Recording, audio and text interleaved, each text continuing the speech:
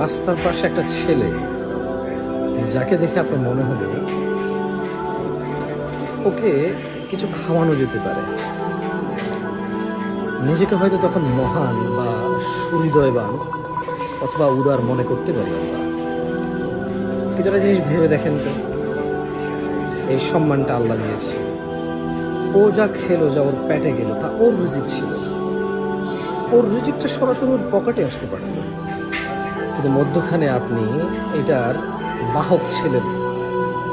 আল্লাহ ওর রিজিকটা ওকেই খাইয়েছে আপনার থ্রুতে, ওর পকেটে না গিয়ে আপনার পকেটে আসছে।